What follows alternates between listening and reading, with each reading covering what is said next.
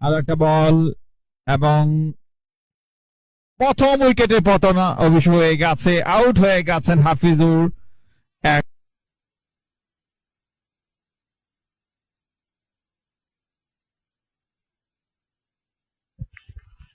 আরেকটা বল হয়ে গেছে, আর একটা উইকেটের পতন।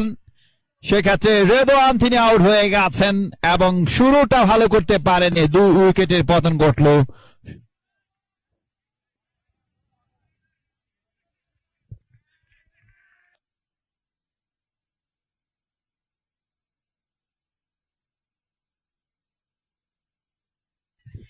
আরো একটা বল, আরো একটা দারুণ বল, এবং কি হয়েছে এখন পর্যন্ত আম্পায়ার বিষয় সংকেত।